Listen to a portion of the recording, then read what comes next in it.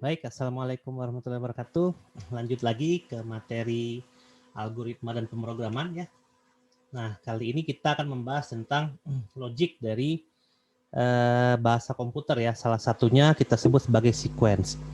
Jadi, sequence itu adalah urutan ya dalam bahasa Indonesia. Di mana memang komputer itu ketika dia akan mengeksekusi suatu program, dia akan mengeksekusi dari urutan paling atas hingga paling bawah. Jadi kalau kita membuat suatu program yang terdiri dari 10 baris perintah misalnya, artinya komputer pasti akan mengeksekusi baris pertama dulu dari atas ya. Kemudian baris kedua, baris ketiga, hingga dengan baris ke-10. Jadi tidak mungkin bahwasanya komputer itu nantinya akan mengeksekusi lompat baris, itu ya enggak ya, karena memang ada aturan-aturannya. Nah, salah satu logik yang kita namakan dengan aturan itu adalah sequence gitu ya. Nanti kita akan belajar logik yang lain yaitu percabangan dan loop, tapi kita akan belajar sequence dulu. Oke, jadi instruksi-instruksi primitif di mana instruksi itu akan dieksekusi oleh komputer berdasarkan urutan penulisannya seperti yang saya bicarakan tadi ya.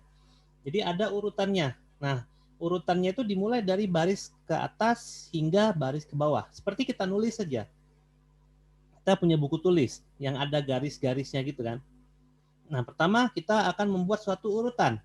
Langkah-langkah memasak mie instan misalnya. Pertama kita urutkan ngapain. Kedua ngapain. Ketiga ngapain dan seterusnya. Nah, nanti yang akan kita eksekusi tentunya akan sesuai dari nomor urut itu kan. Nomor 1, nomor 2, nomor 3, dan seterusnya. Nah, kalau kita ingin membuat suatu algoritma, pasti ada awal dan akhir. Awal dan akhir itu kita sebut sebagai initial state untuk awal dan final state untuk akhir. Nah, jadi final state itu biasanya adalah tujuan. Misalnya kita akan menyelesaikan suatu permasalahan algoritma bahwa final state yang diinginkan adalah hasil dari perkalian suatu dua buah bilangan misalnya. Nah, gitu. Nah, initial state-nya apa? Berarti kita harus menginputkan dua buah bilangan terlebih dahulu dan seterusnya. Nah, jadi ada initial state ya, state awal, status awal di mana kita akan memulai menulis algoritma, lalu final state atau state akhir di mana itu adalah tujuan daripada algoritma yang kita buat. Nah, sebagai contoh seperti ini ya.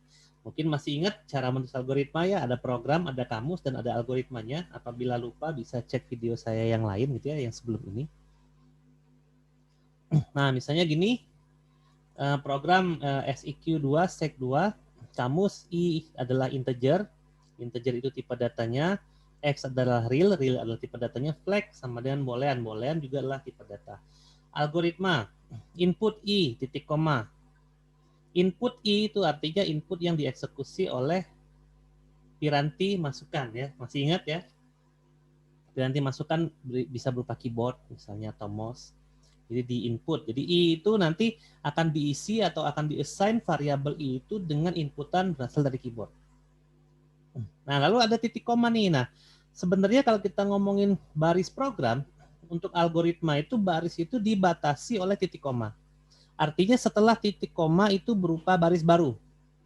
Jadi sequence itu bisa kita tuliskan secara berurutan dari atas ke bawah atau menyamping.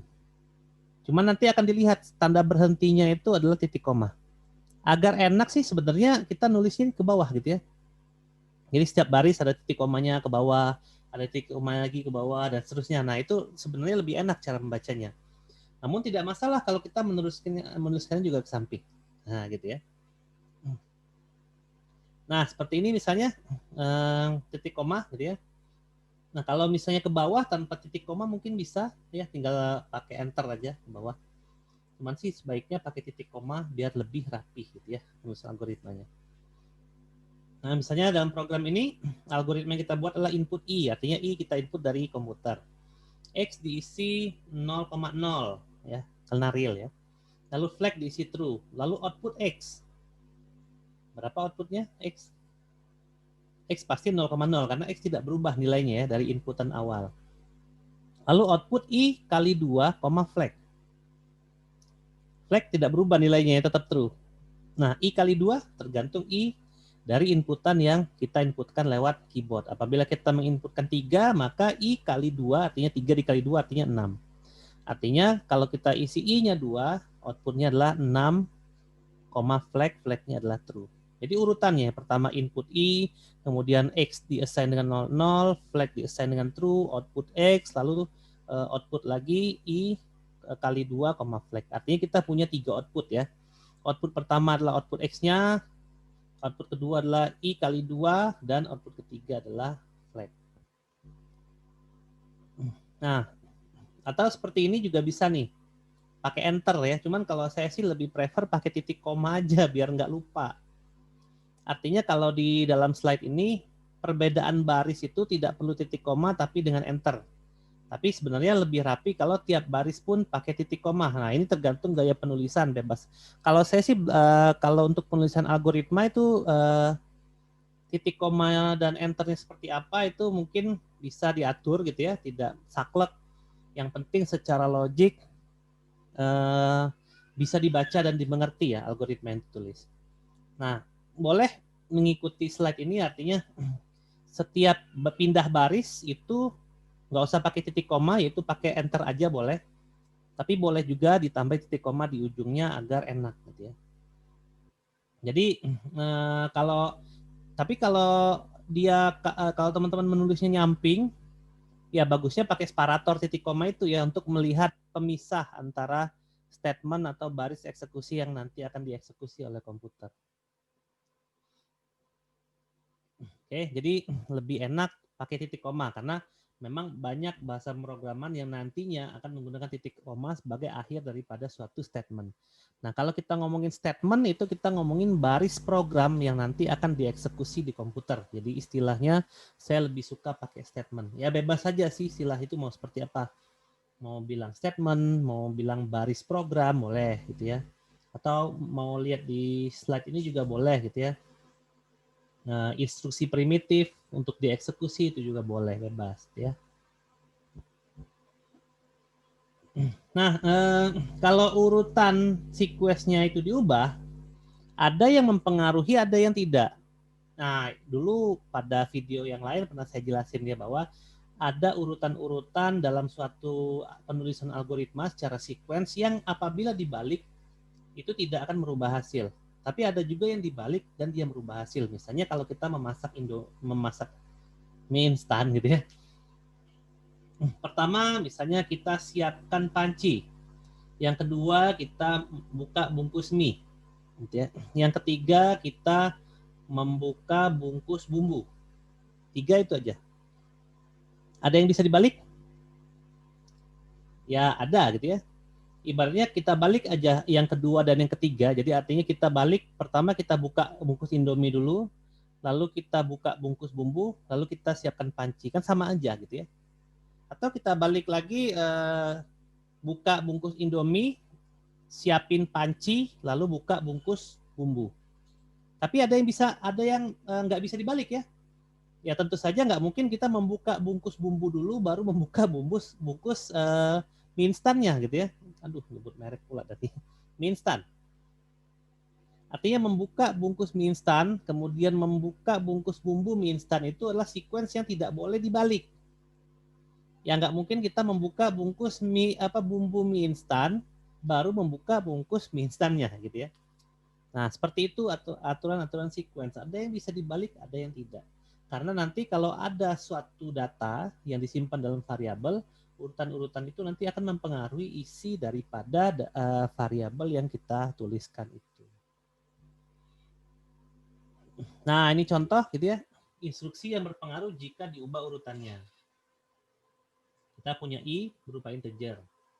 Input I, output I. Artinya kalau kita input 10, yang tertulis adalah 10 gitu ya. Nggak bisa dibalik ya. Ya kalau misalnya kita keluarkan I dulu, ya I-nya masih 0, nggak ada isinya. Gitu ya. Nggak bisa kita, ya jadi kalau misalnya kita output I, baru di bawahnya input I, artinya dia akan mengoutputkan sesuatu dulu, baru nanti komputer akan meminta inputan dari keyboard yang akan mengisi nilai I itu. Artinya yang akan di output ke layar monitor adalah 0 karena I sebelumnya adalah kosong. Ya, kemudian baru dia input I, gitu ya. Nah, ada beberapa bahasa pemrograman yang kita harus set dulu nilai awal I-nya. Karena kalau tidak di set dia akan error. Ada juga yang tidak perlu. Kalau tidak perlu berarti biasanya outputnya adalah 0, gitu ya. Jadi urutan input dan output ini kalau dibalik, di mana yang di input dan di output adalah variabel yang sama, gitu ya, maka dia bisa mempengaruhi output yang dikeluarkan yang nanti akan program yang akan dieksekusi oleh komputer. Nah, ada juga yang tidak berpengaruh gitu ya. Jadi nanti yang tidak berpengaruh kita akan lihat contohnya gitu ya, beberapa di sini. Ya artinya kalau kita memanipulasi suatu nama atau variabel gitu ya dan harganya atau value-nya kita ubah, misalnya pertama kita masukkan X diisi dengan 1 gitu ya. Kemudian kita manipulasi X itu sehingga X yang terakhir adalah nilai yang terakhir dan kita outputkan, maka nilai X itu akan lihat yang terakhir. Nah, cuman selagi proses mungkin ketika dimanipulasi X itu ya tidak berpengaruh ya antara yang satu dengan yang lain. Bisa jadi seperti itu. Oke, kita lihat contoh yang lain ya, ini contoh hello. Di sini kita punya pernyataan, tuliskanlah algoritma untuk menulis hello ke piranti keluaran yang disediakan berikut. Ini bukan dua solusi, pikirkanlah mana yang lebih baik. Misalnya, inputnya apa, outputnya adalah hello, prosesnya adalah menulis hello. Nah, kita punya dua contoh nih. Ya, yang pertama adalah menulis hello ke piranti keluaran atau ke layar monitor. Bisa output hello, langsung bisa. Atau hello-nya kita input melalui keyboard. Ya, artinya kita membutuhkan suatu variabel yang namanya pesan dengan tipe string ya. Kemudian kita tuliskan algoritma bahwa pesan hello output adalah pesan. Nah, kalau pesan diisi hello output adalah pesan, ini hello-nya bukan keyboard ya, salah saya. Kalau misalnya inputan melalui piranti inputan itu harusnya menggunakan notasi atau sintaks input. Nah, kalau pesan di-assign dengan hello ini seperti ini, berarti ini langsung dari program. Nah, langsung dari penulisan programnya. Ya, artinya program hello 1 dengan program hello 2 itu menghasilkan output yang sama berupa hello. Nah, ini dari sisi logik, sebenarnya kalau kita ngomongin solusi itu bisa banyak ya. Jadi misalnya tujuan kita 1. Nah, prosesnya bisa 5. Jadi ada alternatif proses sehingga menghasilkan tujuan yang sama. Nah, cara berpikir algoritma seperti itu. Tapi yang sebaiknya kita bikin adalah algoritma yang sangat simpel dengan logik yang sangat sederhana dengan output yang sama. Kita lihat aja contohnya nih hello 1 dan hello 2. Ya, yang diminta hanyalah menuliskan hello. Udah. Nah, di sini kan dia tidak peduli hello-nya itu mau di-input lewat keyboard atau langsung di-assign pada saat kita menuliskan program. Yang penting outputnya hello. Nah, kita lihat dari dua program ini. Yang pertama adalah output hello langsung, yang kedua masukin dulu pesan hello, lalu output pesan. Kalau kita lihat dari sisi kompleksitas, yang paling atas itu yang paling simple. Karena apa? Karena kita tidak perlu mendefinisikan variabel, mendefinisikan nama, lalu yang dieksekusi hanya satu baris, yaitu output hello sudah. Nah, kalau yang kedua, kita harus mendefinisikan dulu pesan dengan tipe string, kemudian yang dieksekusi dua baris. Artinya kalau hello 1 dan hello 2 saya komparasi, mana yang lebih cepat? Ya pasti hello 1. Ya, tapi secara logik dua-dua ini bisa kita pakai untuk solusi yang sama, yaitu menghasilkan output hello pada piranti keluaran atau pada layar monitor. Nah, kira-kira gitu ya. Jadi mungkin kalau teman-teman ingin membuat inputannya lewat keyboard juga bisa. Artinya ditambahkan input ya, ditambahkan sintaks input. Nah, entah input itu mau langsung di-outputkan boleh atau input itu dimasukkan ke variabel pesan juga. Gitu ya. Bebas. Artinya kalau mau dimasukkan ke dalam variabel pesan berarti input dalam kurung pesan ya, bawahnya output pesan. Dua baris juga. Cuman fleksibel. Kalau input pakai keyboard dia belum tentu hello yang ditulis oleh user gitu ya. Bisa jadi apa kabar dan seterusnya. Tapi karena misi kita atau tujuan kita atau final state kita adalah outputnya hello dan harus hello, maka dua solusi ini menjadi alternatif pilihan yang bisa kita eksekusi, dan tentunya yang pertama itu adalah yang paling baik. Nah, kita lihat lagi contoh yang kedua, hello X. Tuliskanlah algoritma untuk membaca sebuah nama dan menulis hello yang diikuti dengan nama yang diketikkan. Contoh, jika dibaca Ali, maka keluaran adalah hello Ali. Gitu ya. Jika dibaca Sinta, maka keluaran adalah hello Sinta. Nah, spesifikasi kita inputnya adalah nama, ya, entah Ali, entah Sinta. Jadi outputnya adalah hello spasi nama. Prosesnya adalah menulis hello diikuti nama yang dibaca. Nah, jadi seperti apa ini? Kita lihat. Ya, program Hello X, berarti kalau kita nuliskan nama, butuh input nama, berarti kita perlu variabel nama, kita definisikan name string. Nah, artinya di sini algoritmanya adalah input name, output hello, pakai spasi gitu ya. Jadi ada hello, pakai spasi, koma nama. Artinya nanti akan dikoncat berupa hello nama. Input tadi kan pakai keyboard, artinya name itu adalah variabel yang nanti akan diinputkan oleh user pakai keyboard. Jadi kalau diinputkannya namanya adalah Susi, maka outputnya adalah hello Susi. Ya. Jadi koma di sini identifikasi untuk output yang concat. Mungkin saya agak salah penjelasan di awal tadi ya. Ya, bisa dicek. Gitu ya. Tapi yang ini yang benar kayaknya.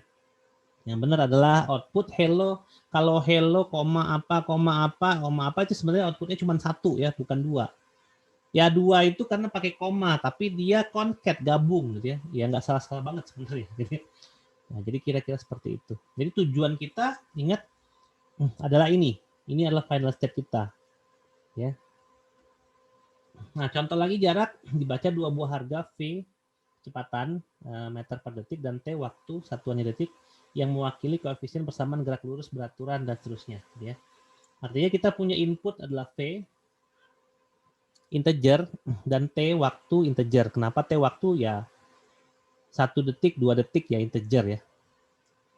Lalu prosesnya menghitung apa? S. S itu kita tahu bahwa kita mau apa menghitung apa percepatan ya, jarak tempuh ya. Di mana kita tahu rumus jarak tempuh atau S itu adalah V kali T atau kecepatan dikali dengan waktu. Nah, maka kita butuh 3 variabel kan? Atau 3 nama. Jadi dalam kamus kita bisa bikin V, T, dan S. Di mana V adalah integer, T adalah integer, dan S juga adalah integer. Nah, inputnya bebas. Kalau kayak gini kan tidak di... Artinya bukan bebas, apa? Artinya inputannya lewat keyboard. Tidak harus dari penulisan program. Jadi di sini harus pakai keyboard. Nah, di sini ada input. Berarti inputnya ada dua nih, ada V, ada T. Boleh ditulis gini, input V, T, boleh. Artinya ada dua input. Atau input P, enter ke bawah, input T, itu juga nggak apa-apa, bebas. Gitu ya. Karena kalau kita ngomong input V, T, dia mengeksekusi dua kali juga. Menginputkan V, kita isi pakai keyboard, lalu menginputkan T, kita isi lewat keyboard juga, sama. Nah, kalau banyak yang kita input dalam satu waktu, boleh dibikin V, T, dan lain-lain. Atau kalau saya sih lebih prefer input V, input T, input apa, terus ke bawah. Ya bebas, itu adalah style atau gaya penulisan dari algoritma. Yang penting logiknya kita bisa mengerti. Gitu ya.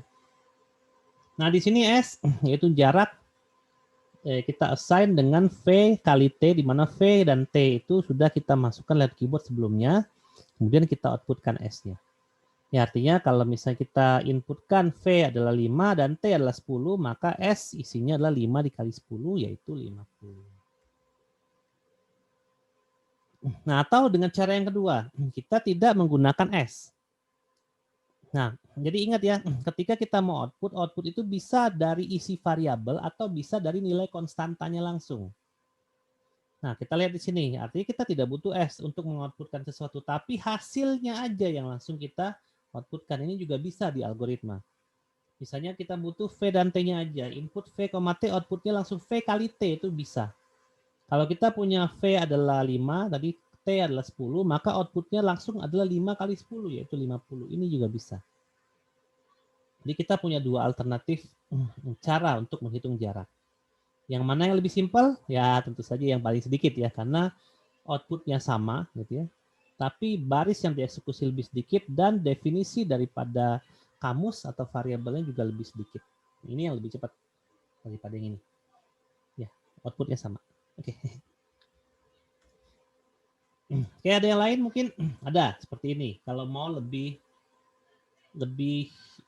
human friendly atau user friendly bisa gitu ya.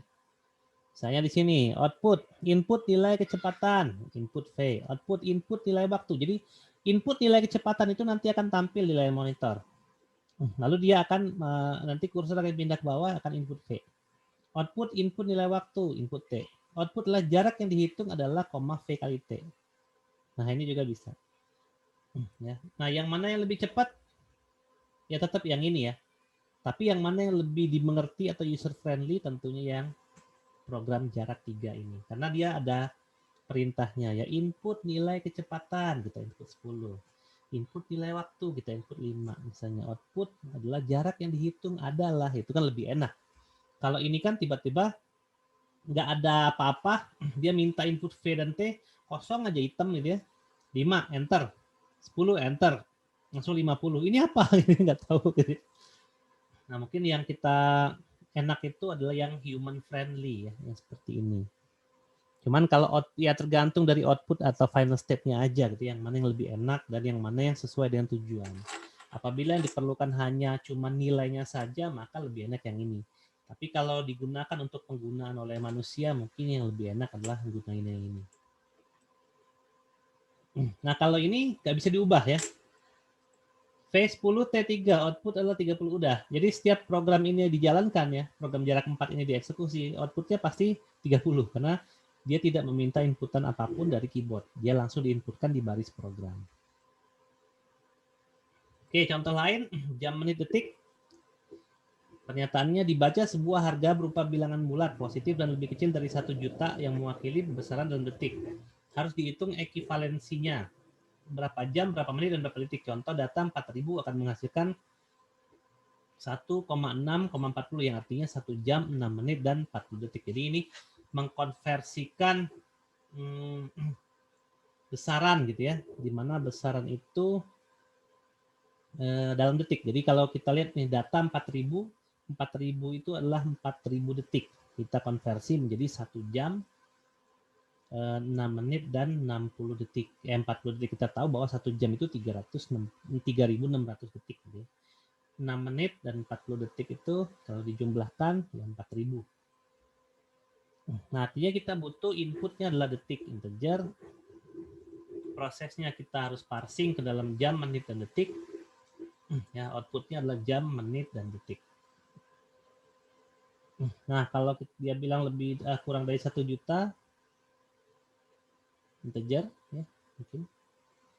Jam, menit, detik bagusnya integer karena memang dia bulat, bilangan bulat positif, bukan real.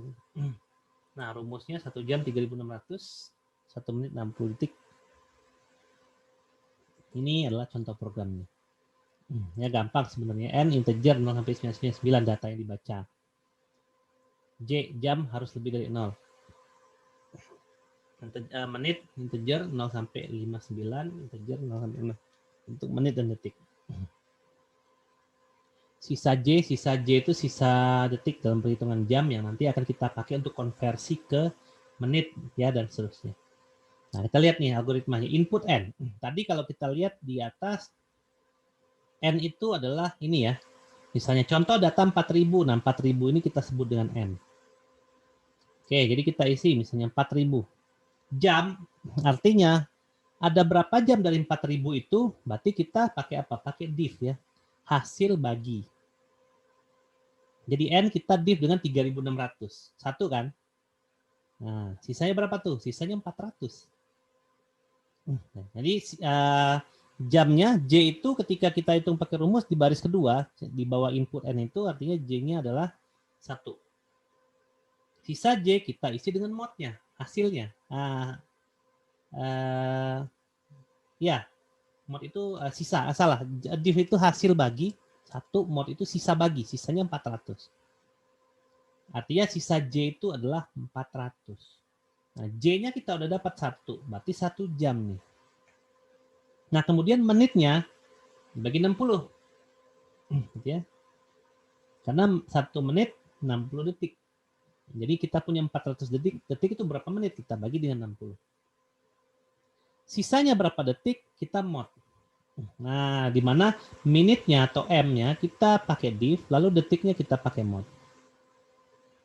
Gitu ya, jadi sederhana. Gitu ya. Sehingga kita menghasilkan output adalah jamnya J-nya 1, 400, misalnya 4, sisa J tadi 400, div 60 berapa? 400 bagi 60. 6 kali 6, 36. 6 ya. Nah, sisanya 40 ya. Nah, artinya detiknya 40.